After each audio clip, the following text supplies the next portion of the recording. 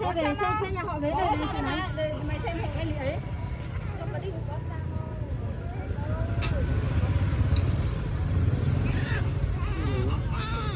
Có cái áo đấy thì áo được mà. Lên lên cái áo đi. Thôi được rồi.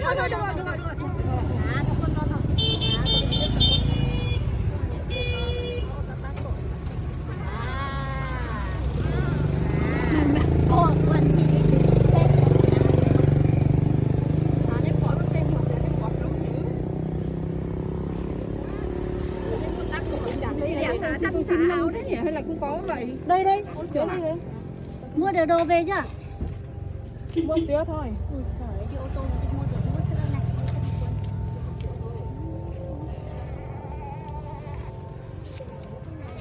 Có 20 gì lại.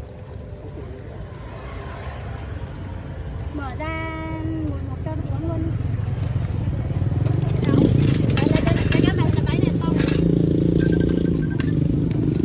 Sữa bột đường à? À chị à. Ô đây chị thu có số này. Ô lão.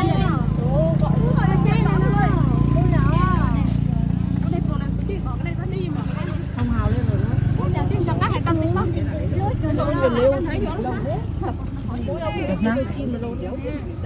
Uống đi cô, uống đi nhá. Con Hồng Hào rồi. Xin xe đi đón bệnh nhân xuống thôi á. Hay là cho nó đi nhà nó có xe nhỉ?